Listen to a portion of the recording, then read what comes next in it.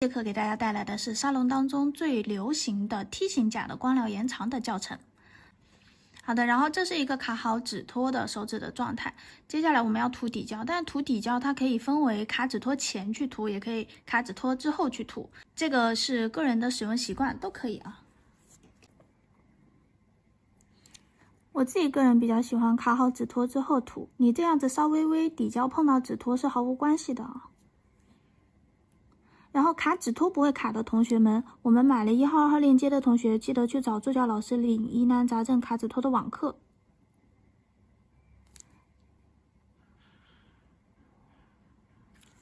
大拇指拎起甲廓皮肤去涂，就不容易碰到皮肤。然后建议大家使用罐装胶的底胶，这样你很靠近皮肤的地方，你都涂得到，它没有那么稀，不是那么会容易留甲沟。然后不管你是涂进口袋还是不涂进口袋，我们所有的胶体都是不能碰到皮肤的啊。好的，底胶涂好了之后，照灯60秒。接着拿出我们的延长胶，像夏天天气热的时候，容易因为高温引起吐胶，那么建议大家像这个样子去开胶罐，用一个小剪刀在内圈剪出一个合适大小的圆。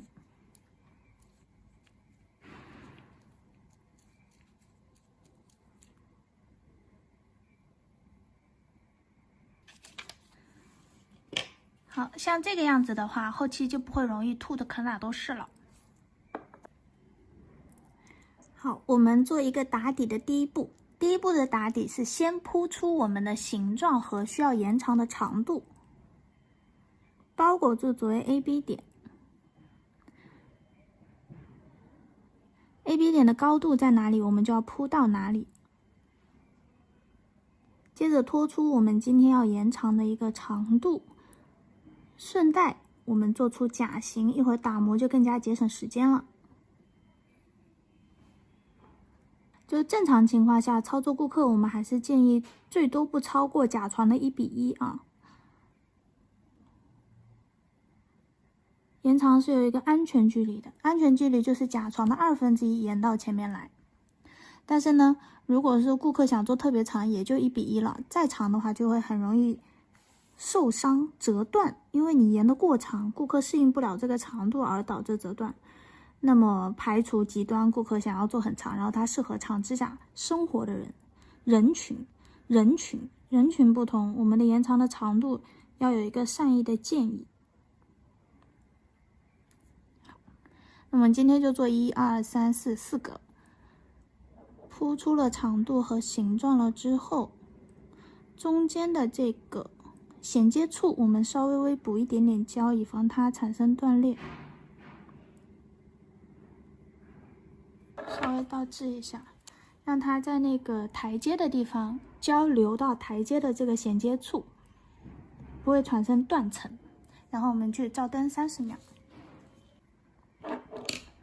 第一层照完30秒之后，我们确认出来了长度和形状，然后我们就可以拆掉指托了。拆掉指托，先打开后面，接着捏住指托，轻轻的往下，这个样子去拆，就不会顶到顾客的指心肉，让他觉得疼了。好，然后第二步，我们要铺出能做塑形的延长胶的厚度。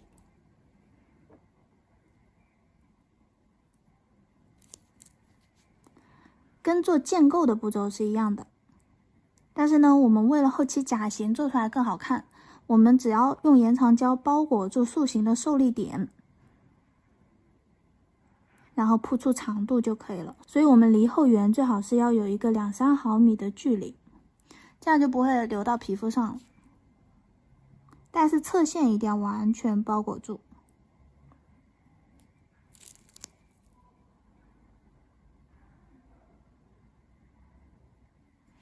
用建构的技法，先平涂一层，找好范围之后，我们取适量的延长胶。你想要做塑形，我们的延长胶就一定要有什么？一定要有厚度啊！这个差不多这么大坨，放在后缘，然后指尖朝下，把我们的延长胶这样子滑动式的拖拽到指尖。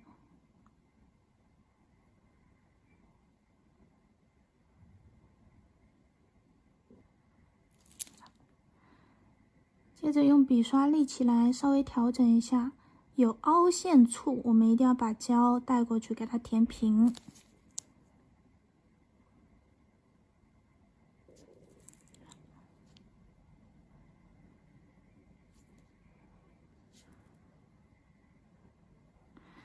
接着倒置控一下胶。关于倒置如何调整的时候，我们的那个建构的详细课程那一节有讲啊，这边我就不侧过来了。调整平滑了之后，稍微等一下下，我们要做塑形，就是我们做出来的这一层胶，这一次胶的甲型是两侧微微宽胖一点点，让它留胖一点，方便我们有力道去塑形。它不是完全按照建构的标准去走的啊。两侧要胖一点，刻意的给它留胖一点点。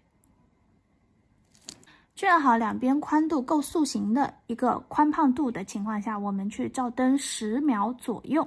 这个是要根据你的灯的功率去进行调整的，塑形的时间是因灯而异的。这次照了大概8秒左右，拿出来之后，我们先在指尖测试一下这个胶，看啊，用我们的塑形夹稍微测试一下胶有没有固化。这个样子我们才能去夹。接着我们用塑形夹进行塑形，塑形夹夹的是我们的受力点，你看啊，它现在变白的地方看得见吗？是它最宽胖的地方，我们要夹这个地方。然后接着如果我们要做梯形的话，稍微的指尖这个地方还要再把它往瘦了夹。好，如果我们要做筒形梯形的情况下，直接这个样子夹出来的话，它这两边就是平行线，看得见吗？它就是一个漂亮的方形。然后如果我们要夹梯形的话，我们要去捏，就是用手动的去捏塑形夹这个地方，把这里指尖这个部位给它变成一个往内收的形状，这样做出来的梯形的效果才是这样的往内收的状态。如果是方形的话，这样你看它就是平行的。那我已经把它夹瘦了，但你们要知道一下，我们的方形和和我们的尖形、梯形，它们夹的这个受力是不一样的，指尖要把它往瘦了夹。我们去夹瘦我们的这个 AB 点受力点的同时，我们还要夹瘦指尖的形状啊。接着老师来给大家分享一下关于塑形夹的选择，这个是市面上比较常见的塑形夹。然后老师刚刚用的是我们方形专用的塑形夹，从正面去看它，可以看到它们的这个线是不一样的，一个是有宽度的，然后我们进行塑形的时候捏开来，它是两条平行线，像那种非常高级的欧美方啊，或者是亚洲方，都是需要用这种平行线的塑形夹。那么这个是 X 型的，它是什么呢？帮助我们省力的，直接先捏开它，然后夹到我们的手指头上，它就可以自然而然的得到一个方形，不需要我们那么用力啊。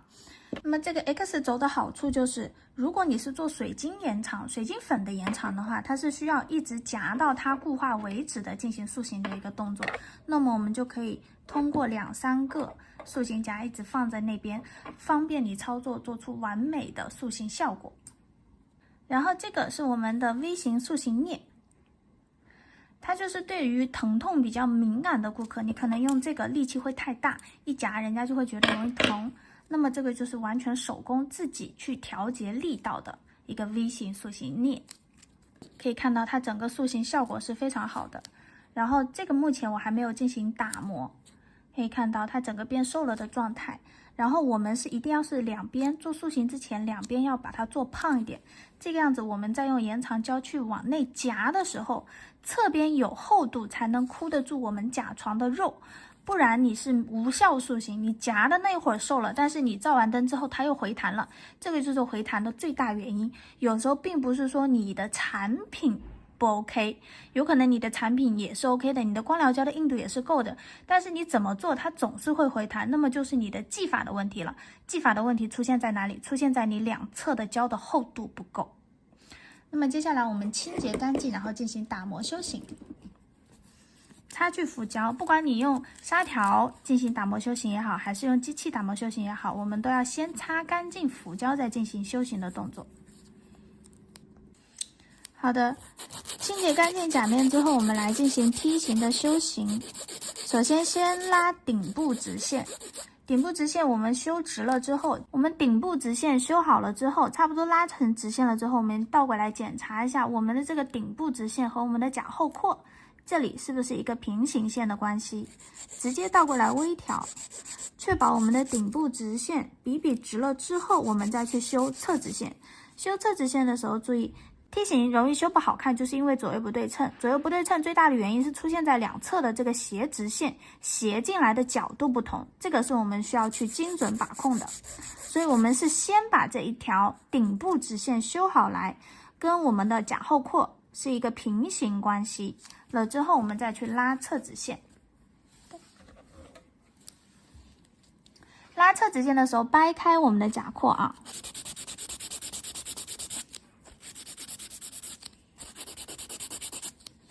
底部往上收的同时，来看一下我们这个底部往上收斜直线的同时，侧边我们也要往内收，像这个样子进行打磨，贴住侧边，贴住整个侧面，然后往内收的进行梯形侧线的打磨。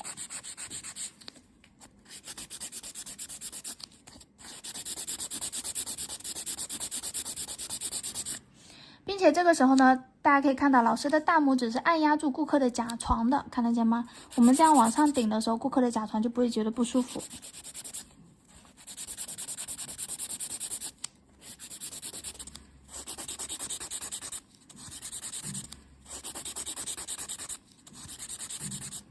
我们先把一边收到了差不多80分左右，不需要修到100分啊。修到80分左右的时候，我们去找另一侧的对称。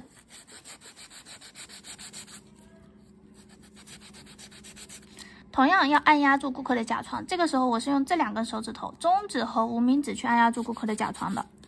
打磨修行的时候，切记不要让顾客觉得甲床被拉扯的不舒服，然后大拇指去掰开顾客的侧甲廓。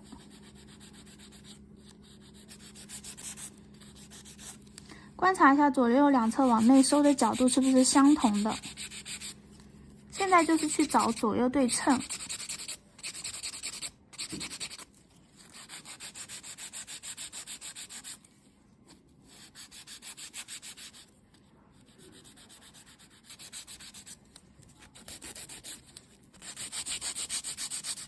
我们可以这个样子，底部一起进行打磨，这样磨出来的水平线就是对称的了。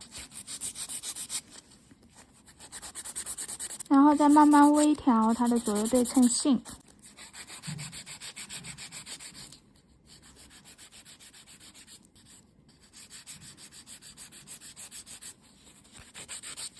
接着我们来看我们的这条顶部直线应该修多窄，其实是取决于我们的甲床最宽处，基本上不要窄于甲床最宽处的1/2，像这个样子的一个长度，挪到指尖过来就是一个合适的长度。太瘦了也不好看，太胖了就是像方形了也不好看。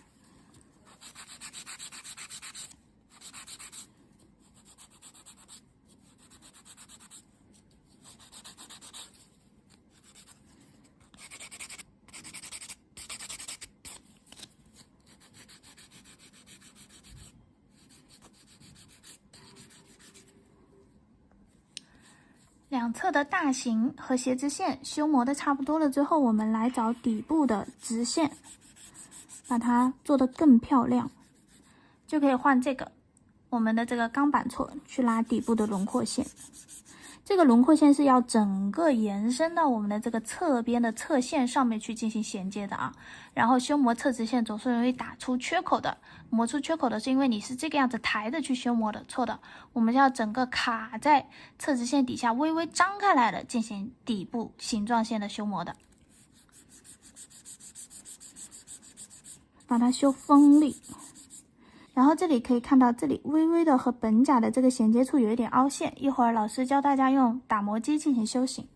我们先一样把两边的这个侧直线底部的轮廓线给它修衔接起来，和本甲侧线进行一个完美的衔接。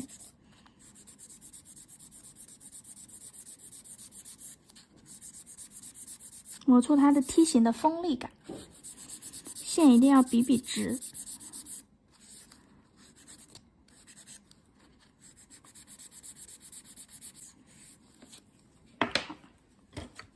接着用到我们的阶梯打磨头，转速开到15左右，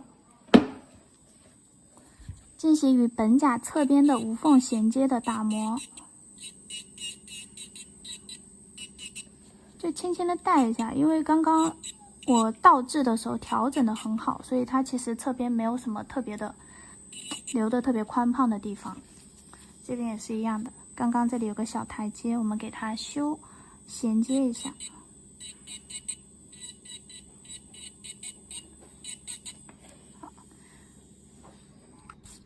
然后我们从侧边观察一下，会不会有特别凹凸不平的地方，指尖的直线、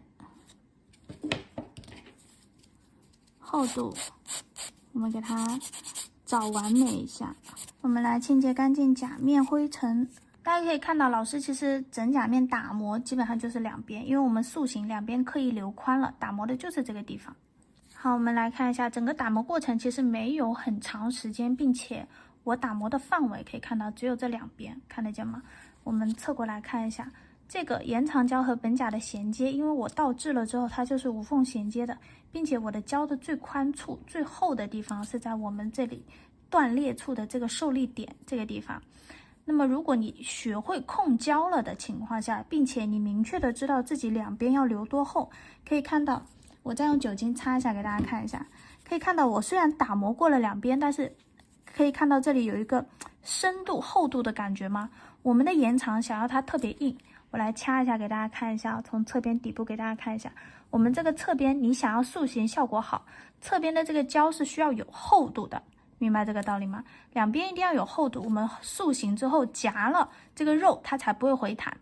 当你两侧的厚度达不到的情况下，你哪怕你买再贵的延长胶、再贵的光疗胶，它一样会回弹，是因为你的胶的厚度没有达到。这个细节大家注意一下啊。好，像这个样子，我们就可以去操作款式了。那么接下来给大家做一个晕染，然后因为春夏季快到了，给大家做一个干花的款式啊，教大家如何使用。这里用的是 Mixing 的晕染建构胶，做一个打底。薄涂，因为我晕的不是很厚，所以薄涂就可以了。薄涂晕染胶，然后我们取一点点白色的彩绘胶去做一个云雾的质感，不要太多，彩绘胶一定要取少一点。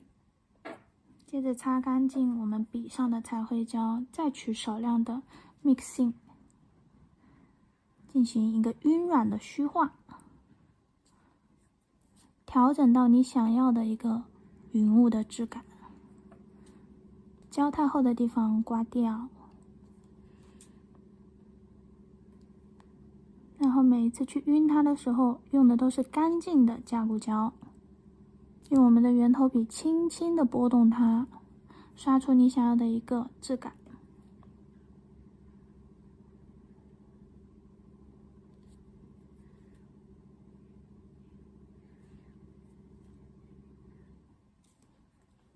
注意要保留透明区，微微的透一点点会更好看。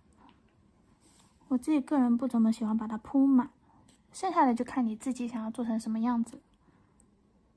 好，我们也可以稍微倒置一下，因为我们铺了少量的加固胶，进行晕染的时候胶还是会有厚度的，那么如果它摊开来的情况下，整个甲型就会变得不好看，所以是可以倒置。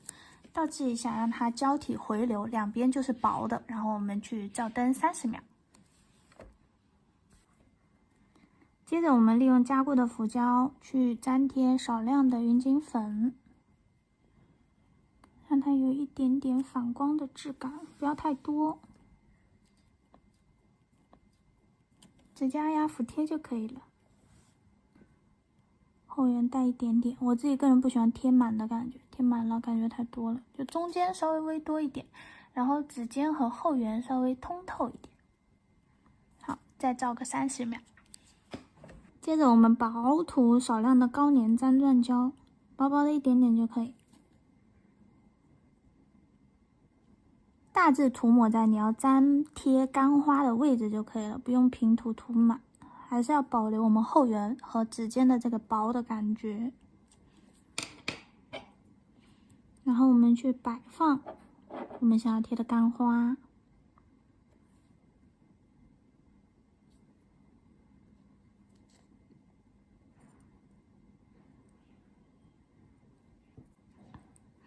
像这种大朵的，我们都可以把它弄小，折断它，然后挑选合适大小的摆上去。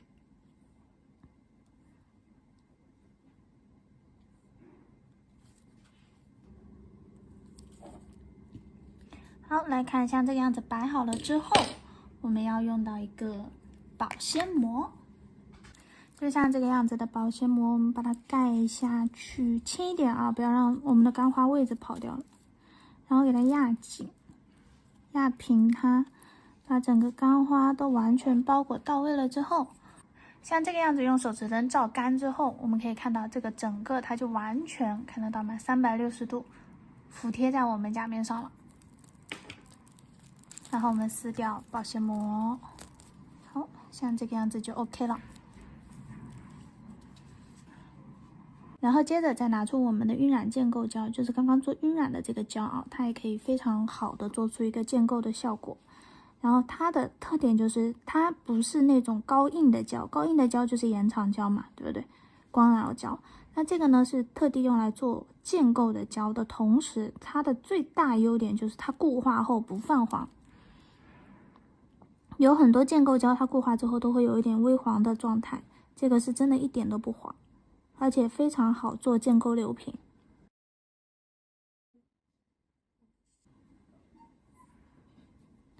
一样薄涂找范围啊，然后我们指尖下挂进行操作建构的步骤。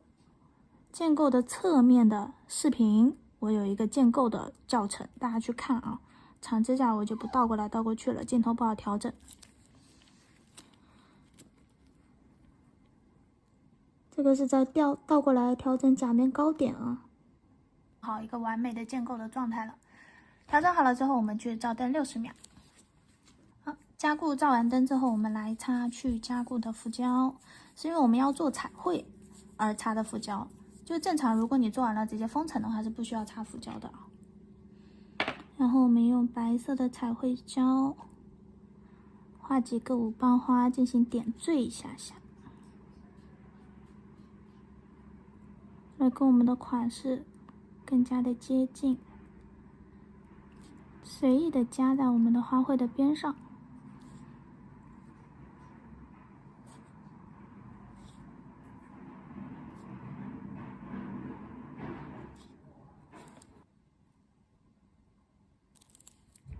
好，像这个样子点缀几朵小5瓣花，我们去照灯60秒。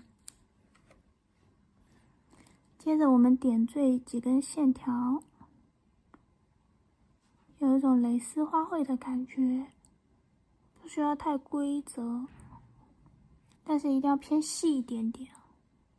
然后画的线条大概是偏菱形形状。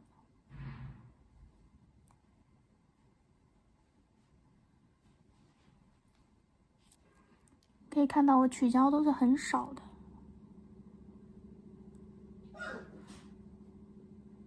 用笔尖尖去画这个小短线，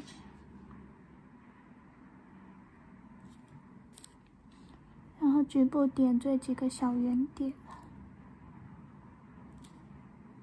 觉得哪里空就可以点缀在任何地方。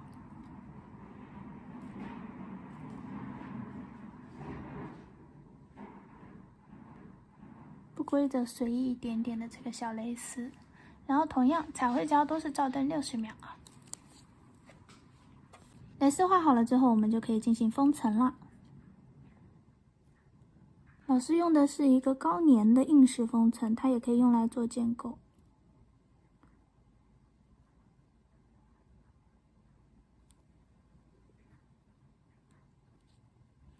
稍微补一点点胶，让甲面更加的平滑。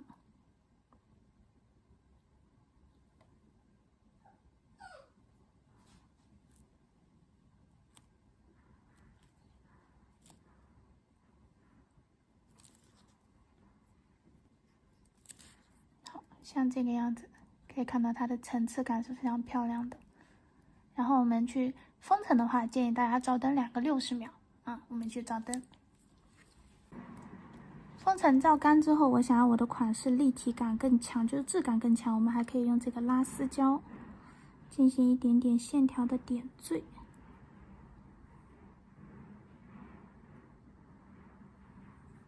稍微拉长线一点点会更好看一些。好，像这个样子，我们去照灯60秒。好的，那么今天的光疗梯形延长的干花款式教程就到这里结束喽。